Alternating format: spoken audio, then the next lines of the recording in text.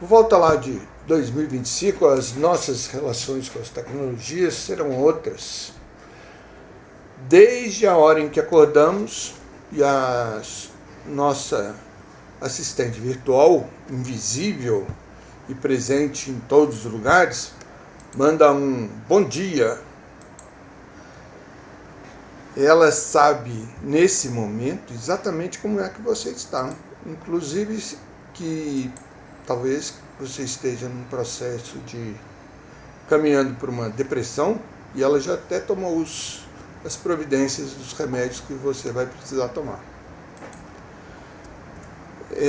Isso é o resultado do desenvolvimento dos ambientes baseados em computação nas nuvens, ou cloud computing, que possibilita mudanças disruptivas nos próximos anos. Na verdade, a gente já convive com esse tipo de tecnologia quando a gente usa o WhatsApp, quando usa o Google Docs ou plataformas como o Uber e outras que a gente usa no dia a dia, ou seja, a tecnologia já está presente na nossa vida.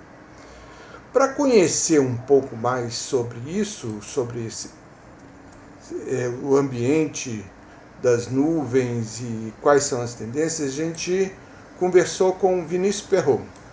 Ele é consultor de soluções de tecnologia e palestrante e tem um programa, um podcast chamado Pop Cloud, que é um canal de entrevistas especialistas no assunto para identificação de oportunidades e realização de negócios.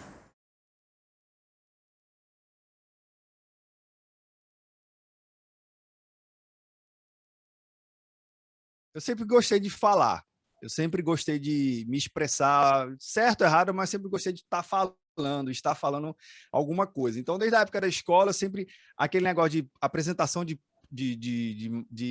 trabalho escolar, eu sempre gostava, eu quero fazer, né? Então, sempre normalmente tinha aquelas dificuldades de você formava um grupo com 3, 4 pessoas e os seus colegas nunca gostavam de falar. Então, e eu não gostava de ficar segurando a cartolina, eu gostava de falar, apresentar todo o projeto, enfim, sempre gostei de falar. E na área de tecnologia, eu fiz vamos dizer assim, eu tenho uma formação clássica na área de tecnologia, né? Sou formado, fiz diversos cursos técnicos, isso na época de 2000, aquele mão na massa, propriamente dito. Depois eu fiz um curso tecnólogo de 2 anos e meio, fiz uma graduação em sistema de informação, fiz pós-graduação em computação em nuvem, fiz pós-graduação em gerenciamento de projeto, tudo muito voltado à tecnologia, entender tecnicamente. Trabalhei por muitos anos como analista, implantando, dando suporte, fazendo a configuração em ambientes corporativos, muito direcionado à tecnologia Microsoft, né, que vamos dizer assim, é uma preferência tecnológica que eu tenho, né, mas assim, eu acabo não excluindo as outras. Mas eu acabei percebendo que se eu juntar bem ao longo dessa minha carreira a comunicação, a visão de negócio sobre os produtos, serviços tecnológicos, que eu acabei descobrindo, né, que né, a empresa não vive sem a tecnologia e a tecnologia não vive sem o negócio. Então, eu tenho que saber juntar. E eu acabei trabalhando muito na área de arquitetura, né, arquitetura de soluções voltada para o negócio. Basicamente, é entender quais são os objetivos de negócio, aonde a empresa quer chegar nos próximos 5, 10, 15 anos, no seu mercado, na sua especialização, e eu, pelo meu arcabouço tecnológico, falo assim, poxa, olha que legal de tecnologia tem aqui dentro do portfólio, que faz sentido a esses seus objetivos. Então, ao longo dessa minha trajetória tradicional de saber querer falar, entender como é que o seu negócio e cada negócio funciona, eu falei, poxa, eu acho que criar o conceito do Papo Cloud, criar o Papo Cloud, que associando o cloud como uma tecnologia que está muito mais democrática no dia de hoje, não necessariamente nuvem como nuvem em si, mas tentando rotular tecnologia como cloud, né? É um nome, acaba, no meu contexto, é um sinônimo, né? A tecnologia é cloud, cloud é tecnologia, pelas suas características, né? De facilidade de acesso, de amplitude, de contratação, enfim, tal, tal, tal. E eu falei, poxa, papo, né? Vamos falar sobre o Papo Cloud, e daí veio a ideia, surgiu o Papo Cloud tem mais de 4 anos, o site surgiu há 4 anos, e o podcast em particular, que vamos dizer assim, é a área de especialização, vamos dizer, é o produto que a gente faz bem aqui dentro, bem legal, é o podcast. Ele está completando aí, em dezembro ele vai fazer 3 anos, ainda não tem nem 3 anos de podcast propriamente dito, né? Então, daí que veio essa trajetória, foi meio que basicamente assim, foi acontecendo. E considerando, então, essa especialidade do cloud, como é que você está vendo hoje o mercado, como é que estão o desenvolvimento atual, né? Até que ponto que a gente está... A pandemia provavelmente deve ter dado uma empurrada em muito projeto por aí, né? Até que ponto que isso aconteceu de fato? Pô, Carlinhos, isso, sim, fazendo um ponto de corte aqui, né? A pandemia, ela acelerou muito. Na verdade, a pandemia, ela no âmbito tecnológico, ela provou para quem tinha um plano bem idealizado, mas não necessariamente executado, mas quem tinha uma pretensão de avaliar tecnologias A, B ou C, né, de qualquer fabricante, que acelerasse essa avaliação. No primeiro momento, vamos dizer, na primeira onda da pandemia, a grande maioria das empresas, não somente pequenos e médios, principalmente as pequenas e médias empresas, elas tiveram que fazer assim, pô, peraí, se eu não adotar isso aqui, eu não vou existir amanhã. E o amanhã, nessas empresas, era literalmente 24 horas depois, às vezes menos, né? Às vezes menos mesmo. Os grandes negócios, a fatia enterprise do mercado de empresas corporativas, elas ali por ter um lastro financeiro, por às vezes já ter uma consultoria apoiando diversos segmentos, elas conseguiram, de certa forma, ter mais tempo para executar esses planos. As menores não, era ou você começa a atender, por exemplo, o seu cliente via WhatsApp no dia seguinte, ou você não vende mais nada, e seu estoque vai estragar, seja depender do varejo que você vai atuando, né, na área de serviço, ou simplesmente seu estoque vai encalhar e você não vai ter como escoar essa mercadoria. Então, se conecte. Então, a computação em nuvem, as tecnologias em nuvem, ela foi assim a virada de chave, ou vamos dizer, foi a alavanca tecnológica para com que os negócios realmente conseguissem sobreviver. Então, a primeira onda da pandemia, com a adoção de nuvem, estava muito mais associado à sobrevivência do negócio em si do que, Carlinhos, eu tenho uma estratégia muito bem elaborada, eu sei exatamente o que eu estou utilizando, eu sei exatamente o quanto eu estou pagando e quanto eu vou pagar. Desculpa, não é a realidade. Era A todo mundo realidade foi de apagando incêndio, sobrevivência. né? Exatamente. Então, cara, contrata, eu estou precisando agora ter acesso a um e-commerce. Aconteceu muito disso, né? Quem eram os provedores de e-commerce começaram a vender mais plataformas, e os e-commerce as a service também começou a surgir isso, né? De você montar sua loja rapidinho ali, você conseguir cadastrar seu produto, com o seu próprio celular você conseguia bater sua foto, mas o que a tecnologia estava ali por trás? Estava começando ali trazer uma nova oportunidade e acesso a novas fronteiras que você não tinha conhecimento. Então, o empreendedor pequeno e médio, óbvio que ele teve que começar a aprender que danado é isso de e-commerce na prática, né? Como é que eu abro a minha loja virtual? Como é que eu integro o meu sistema? E aí a gente já está indo quase na segunda onda de adoção, né? Poxa, eu vi que esse negócio aqui é bom, mas eu já estou muito manual. Eu tenho que cadastrar, eu tenho que preencher planilha Excel, eu tenho que imprimir a etiqueta para poder imprimir de forma manual. Como é que eu consigo fazer isso de forma mais automatizada? Aí a gente percebeu, e eu venho percebendo, que esses empreendedores começaram a falar, não, como é que eu consigo integrar os meus sistemas que eu já tenho aqui com esse meu novo sistema, meu novíssimo sistema, né? E tanto é que algumas empresas começaram a oferecer algumas soluções gratuitas, até X tantos acessos, né? Até mesmo para poder incentivar e todo mundo tentando se ajudar. E óbvio, se o empreendedor gostou da plataforma, pô, Carlinhos, você sabe muito bem, todo mundo aqui sabe que é a tendência muito forte dele querer continuar e firmar um contrato um pouco mais longe, né? Seja pagando no cartão de crédito ou fazendo um contrato tradicional, que a gente já entende como mercado, e fazendo os pagamentos normais. Então, eu vejo que na primeira onda, sobrevivência total, muita sobrevivência. Na segunda onda, eu fui entender, poxa, peraí, eu sobrevivi. Ufa, ainda bem, meu delivery está funcionando, seja de comida, seja de roupa, seja de qualquer produto ou serviço que você fazia, né? A gente tem aqueles dados do Sebrae que são bem interessantes. O Sebrae ele é muito forte no pequeno e médio. Então, poxa, Vinícius, ok, faz todo sentido um iFood se integrar a um food truck pequenininho, ou aquela dona que fazia aquela coxinha. Faz sentido, sim, claro que faz sentido. Mas é aquele profissional que literalmente o serviço dele é um premise, que eu gosto até de brincar nesse, é no mundo físico. Que profissionais são esses? pintor, pedreiro, eletricista, não tem, tipo assim, por mais que ele pode até ensinar a fazer um curso online, né? Esses produtos digitais surgiram bastante para até sobreviver, uma galera muito boa começou a falar, poxa, eu vou ensinar online, mas a essência do serviço é local, é presença, não tem como. Eu preciso de um gesseiro, eu preciso de um marceneiro, eu preciso dessas pessoas mão na massa, não tem como virtualizar isso, gente. Assim, e é uma das coisas que eu acho que é muita falácia, Carlinhos, aí se permite comentar aqui, é que acha que o mundo inteiro vai se tornar digital, a economia inteira vai ser digital. Eu tenho muitas desconfianças sobre isso. O seu pagamento pode ser digital. O Pix está aí, veio num momento excelente, muito mais utilizado pelos pequenos e médios do que propriamente dito pelas grandes corporações.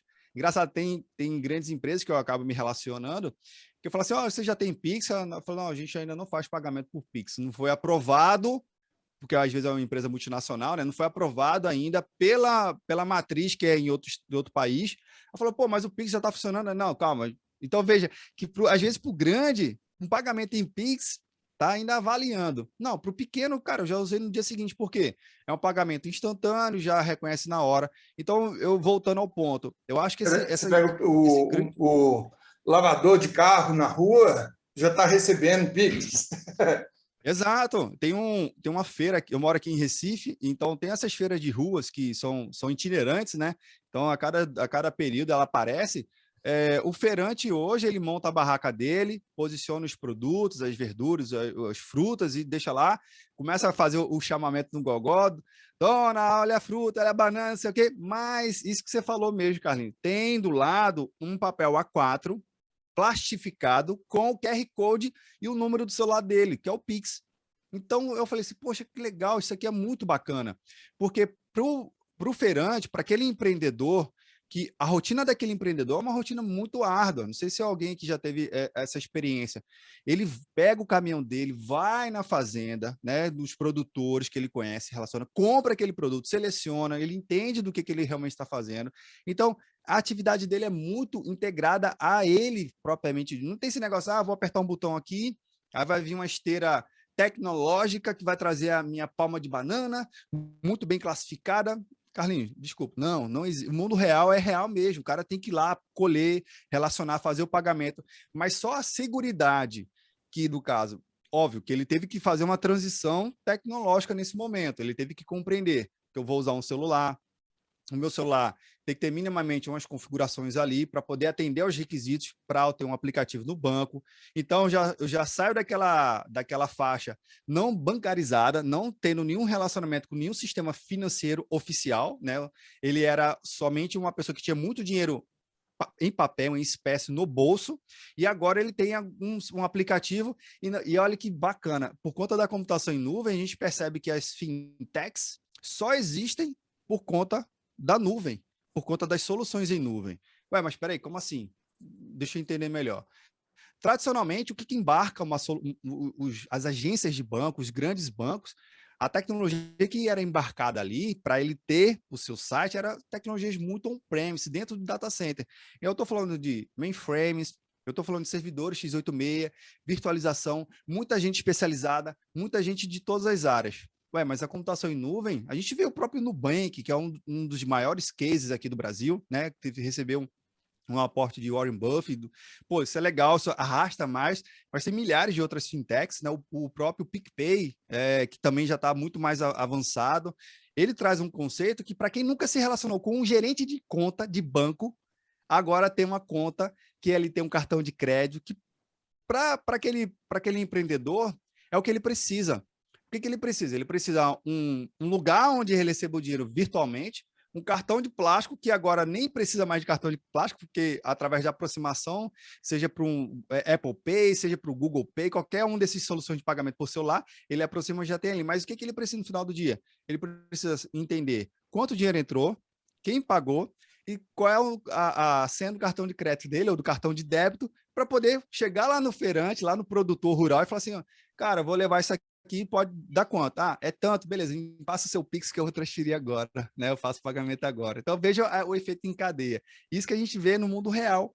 E quando a gente, óbvio, que a gente está falando de uma escala bem na ponta, bem no nosso dia a dia, aquele relacionamento com a padaria, com o mercadinho. Você vai comprar uma pizza hoje, você paga isso por um Pix, por um meio tecnológico. Você chama a sua pizza para sua casa através de uma solução, um aplicativo, paga para o aplicativo. Isso é virtual, mas as relações são on-premise, as relações são reais, do mundo real, não tem como fugir disso, né? E esse tal do futuro que as pessoas falam assim, gente, não adianta eu querer tirar o mundo real. A gente não vive no Second Life, né? Não sei se aqui tu lembra desse jogo, um jogo muito falado lá, o conceito do Second Life é super interessante, porque você tem uma segunda vida no mundo virtual, lá dentro, onde você vive os seus relacionamentos, né? Grandes empresas já se aproveitaram muito desse ambiente. Por que pareça, Second Life não é um jogo tão no hype, né, tão na moda ainda hoje, mas é um jogo, é uma plataforma que ainda existe e que faz muitos negócios lá dentro, né, tem muita coisa acontecendo ainda lá dentro, mas a vida não é o Second Life, né? Não, a vida é o mundo real, onde você tem que compreender muito A bem vida não é essa cloud, né? relação. Não, Não é na nuvem. a vida não é na nuvem, a vida é no pé no chão, literalmente, e a gente tem comprovado, Carlinhos, por exemplo, nesses últimos ataques de ransomware, que faz tudo a ver, né? Poxa, se o meu negócio está muito no digital, se eu tiver um ataque, se eu tiver uma indisponibilidade, se eu fizer alguma coisa errada nesse mundo digital, acaba a minha empresa? É uma pergunta que tem que ser muito analisado, né? Se o seu produto, seu serviço, essencialmente, ele está atrelado a esses meios tecnológicos e nada além desses meios tecnológicos vai viabilizar novas vendas, ou melhor, entregar e operacionalizar o que você já vendeu, poxa, vamos pensar na sua estratégia. Digitalizar é legal, tá na transformação digital é importante, mas imagine você ter um transatlântico cheio de containers, cheio de mercadoria, lotado, esbarrotado, e de repente o seu sistema fala assim, não, você não pode, o navio não pode atracar no porto, porque o sistema lá teve um ataque ou ficou indisponível. Ué, mas espera aí, eu tenho um navio, gente, eu tenho um produto, gente, porque eu não consigo... Então, tem que sempre ter uma solução de que você entenda, a digitalização vai acelerar, mas eu não posso ser dependente exclusivamente de determinadas coisas. Eu tenho que ter a minha alternativa com o meu produto, eu tenho que conseguir ainda entregar o meu produto. Claro, existe uma indisponibilidade temporária, mas se de repente eu sofrer um ataque como esse, ué, acabou minha empresa, acabou meu negócio, como é que isso fica, né? É virtual, mas nem tanto. Nas suas conversas no Papo Cloud, o que fica transparente sobre a questão das tendências, da aceleração desse processo de adoção de cloud e das expectativas das pessoas mesmo, dos especialistas? Seus entrevistados são basicamente pessoas da área de tecnologia mesmo, né? E no final das contas, você fala mais para o público interno, para o público da tecnologia, ou você consegue falar também para o empresário que vai comprar? No final das contas, é o que vai tomar a decisão, né? O que vai exatamente. ter o tomador de decisão. Eu costumo dizer, é o que tem a caneta e o cheque na mão, assim. Hoje não mais o cheque, mas o Pix. E você tem uma facilidade, né? Porque dentro de uma pequena empresa, de média para pequena, né? Uhum. Nem sempre você tem a pessoa da tecnologia lá dentro. É uma pessoa de fora. Verdade. Né? Verdade. Então, de certa forma, você tem que falar para essa maioria de empresas, para os empresários, né? E empresários que acabam ouvindo muito financeiro. Sim. Né? E tomam decisão pelo valor do projeto. Né? Então, conseguir falar é um desafio muito grande, né? Sem dúvida. E isso aí que você comentou também, Carlinhos, é algo que a gente acaba vivenciando. Nem toda empresa de pequeno e médio porte tem profissionais de tecnologia, enquanto outras, né? A gente tem empresas do setor aéreo, por exemplo, aqui no Brasil, que tem 5 mil profissionais só de tecnologia no Brasil. Aí tu fala assim, caramba, é mais do que muita empresa, é mais. Que cada negócio tem a sua especificidade. Mas voltando à questão basicamente a conversa com que eu tenho lá no Papo Cloud, são executivos de grandes corporações, né? Que basicamente ele consegue trazer, de certa forma, uma visão do negócio dele, são empresas de altíssima tecnologia, né? A gente, citando aqui algumas que é conhecedora de boa parte do mercado, né? Tem a Motorola, o pessoal da Motorola Solution. Então, poxa, é um segmento bem específico de atuação, mas ainda assim, o executivo, quando vem, seja ele, tem uma empresa bem interessante, uma startup que eu entrevistei da Notco, que eu entrevistei a pesquisadora de soluções de inteligência artificial e novas moléculas de alimento. Então, uma coisa bem interessante. Então, basicamente, com quem eu converso são os executivos que eles compreendem bem os desafios do mercado deles, compreende como eles estão desenvolvendo as soluções deles, digital, enfim, seja física, virtual, em cloud, sob demanda ou não, e como é que eles estão conseguindo atender as demandas do mercado. Em relação ao futuro e as principais oportunidades que está se tendo, que eles estão conseguindo vislumbrar, primeiro é conseguir facilitar mais ainda o acesso às suas próprias tecnologias, né? Aí, tem vários exemplos aqui que a gente pode trazer o caso da Motorola, que é um caso bem público e é super tranquilo falar sobre isso, que eles vendem rádios para setores de segurança. Então, a segurança pública, a Polícia Federal, a PM, o Exército, as Forças Armadas, enfim. Eles têm uma solução de comunicação que, por natureza, eu acho que todo mundo aqui compreende bem, tem que ser muito bem criptografada, tem que ser muito bem restrita, mas eles também eles oferecem uma solução em cloud da própria Motorola para os seus clientes, trazendo esse conceito da velocidade. Se não fosse essa adaptação dos próprios serviços, eles não conseguiriam estar atendendo mais clientes, né, mais especificamente a detalhes importantes, porque agora tem um conceito de body cam que eles trabalham, que é uma câmera presa a um agente de segurança pública e que ali fica filmando toda a operação. E imagine, poxa, a gente tem aqui um agente de segurança pública, ele não vai, peraí, deixa eu ligar a câmera, posicionar, fazer o ângulo. O foco dele não é esse. O foco dele cara, vai lá resolver o que você tem que resolver. Então, tem que ter muita inteligência embarcada naquela solução e armazenada num ambiente altamente seguro, restrito, né? Tanto é que eles não utilizam nem soluções de terceiros, assim, de outros provedores grandes, eles montaram uma própria operação. Então, em resumo, o que eles acabam percebendo, e não só eles?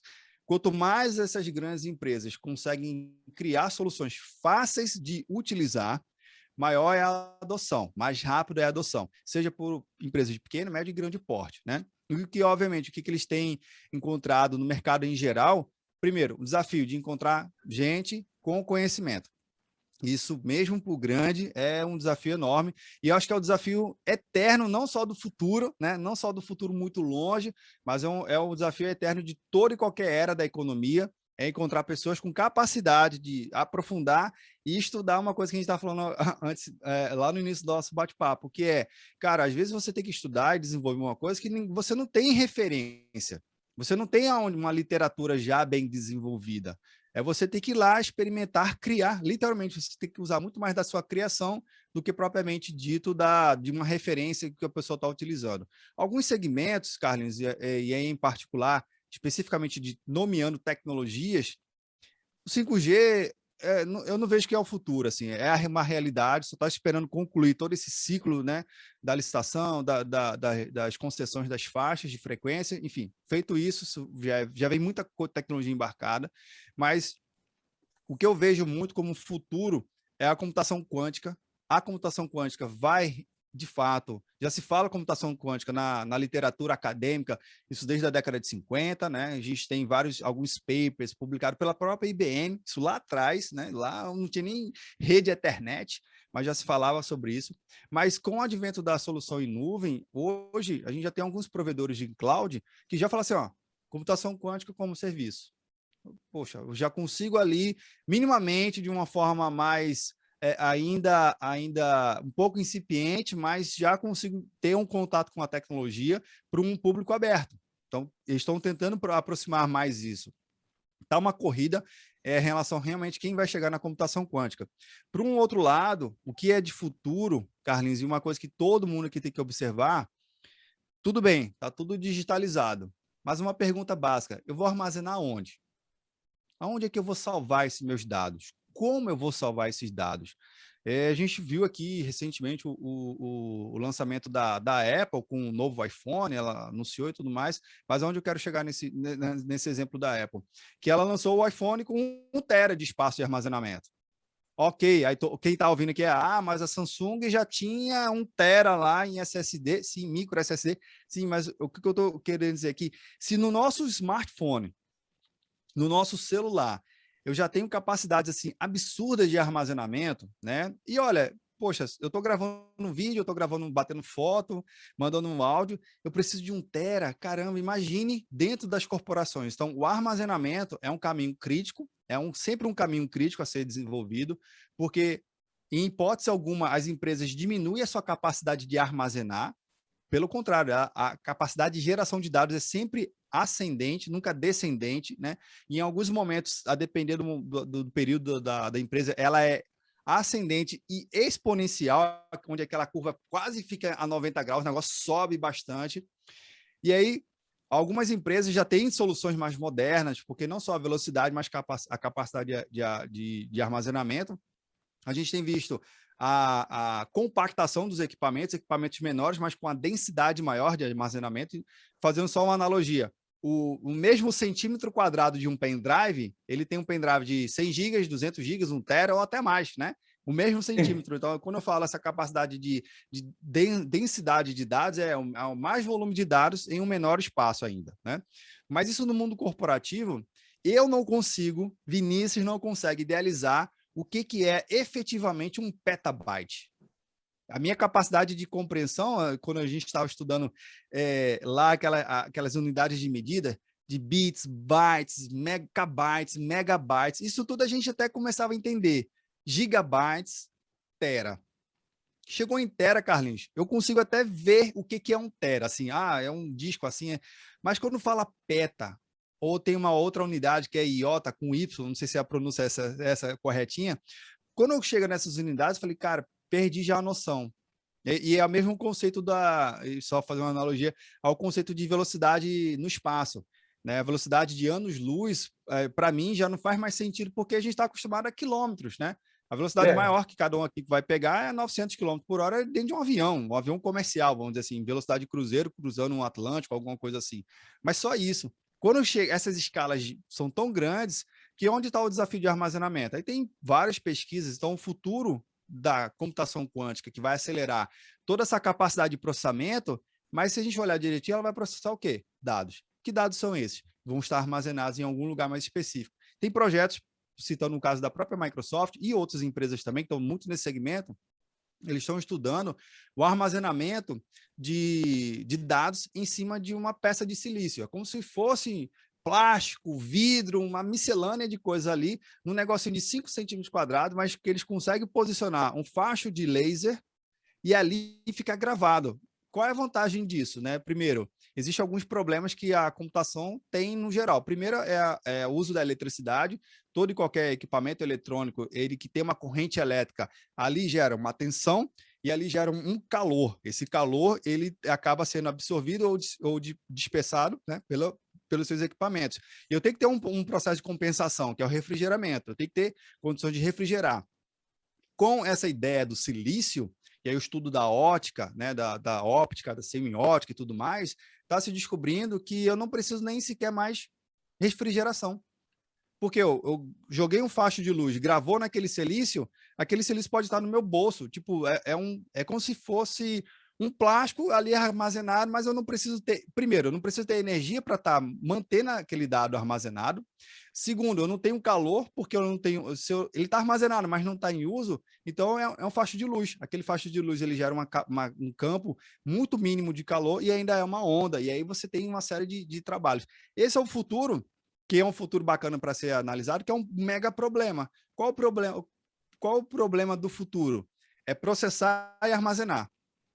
Qual o problema do futuro? É processar e armazenar. De qual futuro a gente está falando? Não importa. Hoje a gente tem dificuldade de processar e armazenar. Hoje. A gente tem várias soluções.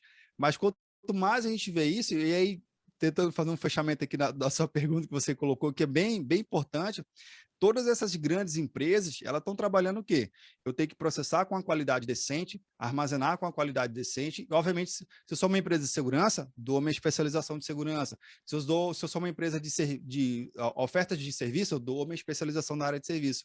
Mas todas elas convertem numa coisa, que é velocidade de processamento e de armazenamento. E aí a comunicação, e onde o 5G e o 6G e o NG as a service vai vir no futuro, vai ser associado a como eu consigo trafegar mais dados no menor tempo, processar mais rápido no menor tempo e armazenar mais dados no menor tempo.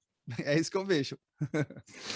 Só para encerrar, quero te sugerir um desafio. Vamos lá. Né? A ideia de você pensar daqui a... Aí você se define o prazo mais viável. Daqui a 2 anos ou 5 anos, né? Como é que vão ser as entrevistas, as conversas sobre cloud? Né? E qual que é o cenário do mundo dos negócios, do sistema de produção, da realidade de mercado que você imagina? Pode imaginar. Boa, Carlinhos. Essa é uma pergunta bem extensa, dá para a gente fazer assim 10 horas só de gravação aqui desse episódio, mas tentando reunir os principais fatores que eu venho acompanhando, voltando só um pouquinho atrás, a computação em nuvem, no geral, independente do fabricante em si, ela ela desvinculou a grande maioria do mercado a uma versão e produto. Vou dar um caso clássico aqui, que eu acho que todo mundo que está acompanhando já viu isso acontecer. A gente era meio que acompanhado por versões do Office. Saiu o Office 2003, saiu o Windows Vista, o Windows 7, o Windows 8, 8.1. Então, o mercado como um todo, ele é muito associado a essas versões. Então, a versão, quando lançada, ele meio que gera, historicamente, um ciclo.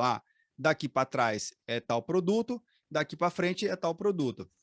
Sendo esse produto novo, ele traz benefícios tecnológicos nessas características. Isso acaba meio que fixando a gente, o ser humano ele consegue guardar essas datas facilmente nisso. Ou seja, a Microsoft, você fica esperando o dia que a Microsoft vai lançar a nova versão, né? Exato. O dia que o WhatsApp lançar a nova versão, Google, não sei das quantas, você acaba com isso. Você só compra o serviço e pronto. Agrega. Exatamente. Exato. E aí você Desculpa, fica, poxa... interromper a viagem. Não, mas é isso mesmo, porque você deu o exemplo do WhatsApp e eu até faço um desafio para quem está acompanhando aqui. Quem é que sabe exatamente qual é a versão do seu WhatsApp instalado?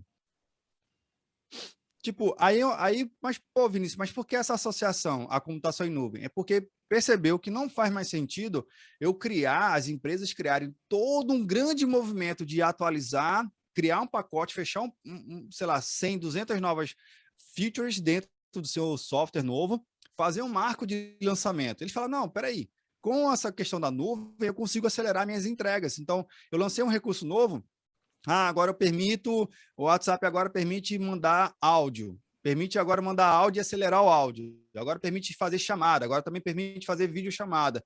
Eu não preciso mais falar assim, não, na versão 10, isso acaba, querendo ou não, Carlos, fazendo com que eu acelere a adoção do mercado como um todo. Então, gradativamente, eu estou deixando as pessoas mais up-to-date. Eu estou deixando praticamente o mercado inteiro sempre atualizado, sempre no mesmo, vamos dizer assim, no mesmo patamar. E aí isso dá uma diferença enorme. Primeiro, eu desvinculo aquele momento, eu descolo aquele conceito de versão tal, e eu trago um novo conceito, que é sempre disponível, sempre atualizado. E é onde a gente consegue chegar em relação aos próximos 2 anos com isso tudo. Entendendo isso, a própria nuvem, o papel dela vai cair no mesmo conceito que a gente tem da energia elétrica. Olha que curioso. Nesse exato momento dessa gravação, a gente precisa de alguns recursos tecnológicos. Primeiro, óbvio, a internet, que todo mundo aqui está vendo, você que está vendo também no YouTube, você precisa da internet para ter isso, mas a energia elétrica, Carlinhos, é um negócio tão comum à sociedade que ninguém lembra se precisa ou não. Tipo, para eu ligar o equipamento, eu tenho que ter energia na tomada. Sim, óbvio, mas não é uma pergunta que você tem que preencher no checklist. Você vai lá e coloca, pronto, né? Você não pergunta se a energia está funcionando, né? Exatamente, você pode... Hoje eu vou até perguntar, a internet está funcionando, tem um Wi-Fi no seu estabelecimento, isso até faz ainda um pouco sentido. Mas daqui a 2 anos, eu vejo muito que o conceito da nuvem, propriamente dito, de serviço, de qualquer coisa como serviço, vai cair em desuso, mas não vai ser menos valorizado, muito pelo contrário. Vai entrar num racional, num entendimento da sociedade tão grande que não vão se perguntar mais se está em nuvem ou se está em on-prem. Você vai falar assim, eu quero o serviço está disponível? Pronto. Então, essa vinculação hoje ainda a gente amar que, eu tenho um serviço que está em nuvem e eu tenho um serviço que está no meu data center, no meu servidor local, na minha empresa. Daqui a um tempo, com esse conceito do Edge Compute, que é o processamento mais de borda, que é a capacidade das empresas oferecerem também nuvem dentro do data center, vai estar tudo tão junto e misturado que o conceito de nuvem como um lugar aonde se está vai se perder. E vai entrar qual é o conceito do serviço? Você quer o serviço? Está aqui. E quem os administra vai ter a visão, vai ter uma capacidade, como se fosse um cockpit, né? Que já tem hoje, vai ter a capacidade de poder de escolha.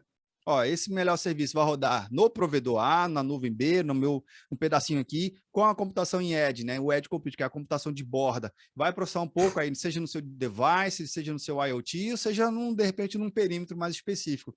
Então, o que eu vejo que nos próximos 2 anos, a computação em nuvem vai declinar, e é onde eu tenho uma associação que eu já, até um episódio que eu já fiz, um dos primeiros episódios que eu fiz de podcast, que eu falo assim, eu digo que hoje, a era que a gente está vivendo, a forma como a gente consome os produtos e serviços, né, essa necessidade de velocidade, tudo agora, tudo instantaneamente, eu culpo uma pessoa.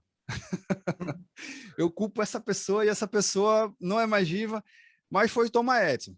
Thomas Edison, quando ele passou por todo aquele processo de desenvolver e conseguiu inventar e controlar o processo, porque ele não necessariamente criou a lâmpada incandescente, ele criou um processo que dali, se repetisse o processo, a lâmpada ela permitia, ela existia, né? Porque o filamento ele rompia, tinha vários problemas técnicos a serem resolvidos. Então, Thomas Edison ele dominou o processo. Mas quando ele conseguiu dominar o processo e aí então criou a lâmpada e conseguiu criar um método para comercializar e se transformou aquilo ali num produto, né? E ele começou a entregar, e aí teve a primeira feira lá em 1800 e pouco, assim, uma feira totalmente iluminada, tudo mais, ele trouxe essa capacidade, mas Thomas Edison criou uma coisa ali que eu acho que nem ele sabia que estava criando, que era o conceito da instantaneidade. Mas por que isso? É porque onde eu falo, essa é a minha leitura, uma leitura muito pessoal desse cenário. Por quê?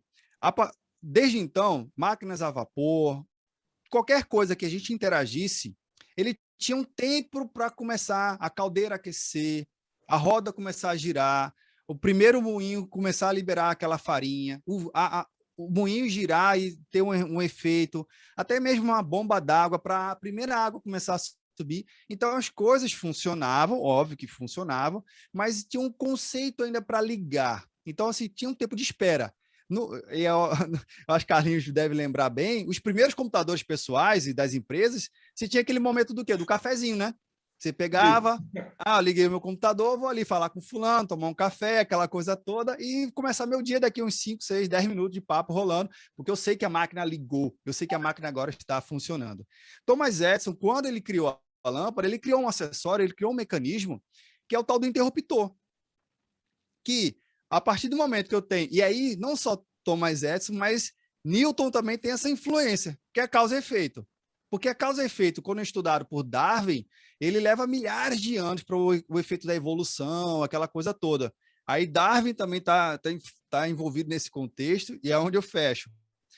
Isaac Newton, causa e efeito, mas Thomas Edison, quando ele fez o interruptor, que o interruptor ele acendia instantaneamente a lâmpada, hoje, no século XXI, séculos depois, toda e qualquer relação que a gente tem no mundo dos negócios, no nosso dia pessoal, nas nossas interações em família, nas nossas interações em negócio, ele leva ao princípio da instantaneidade. Eu bati uma foto, subi no WhatsApp e já mandei para o grupo. É instantâneo.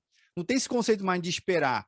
Porque ninguém chega na sua casa e acende o interruptor e fica olhando para a lâmpada, esperando a tela de loading carregar. Não, aí assim, estou carregando, viu? Estou acendendo, espera um pouquinho aí. Não, você ligou. E por ser LED, os micromilhões-segundos assim, é muito mais rápido, né? E a durabilidade do equipamento também.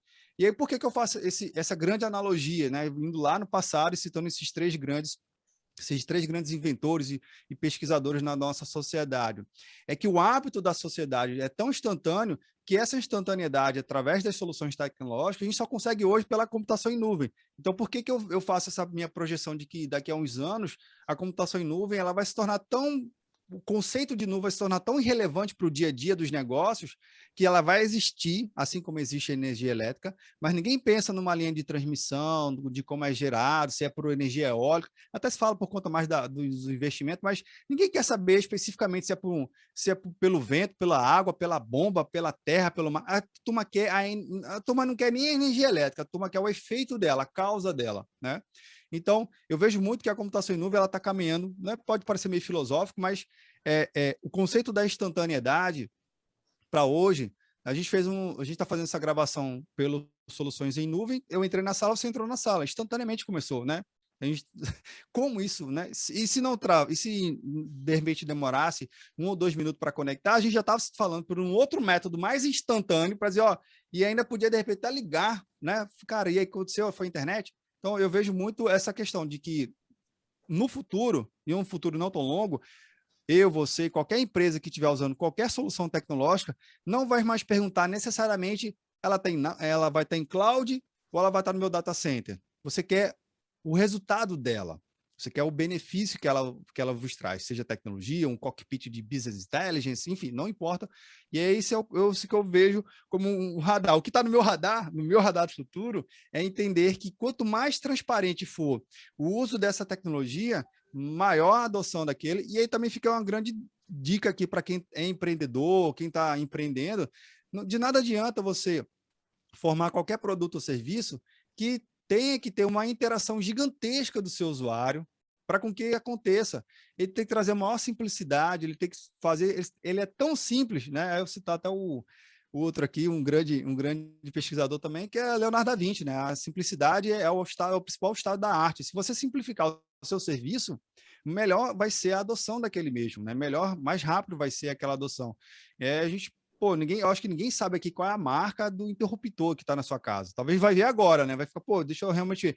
Você não quer necessariamente entender como é que é aquele produto, aquela fábrica desenvolveu aquele produto. Cara, você quer aceso e pronto.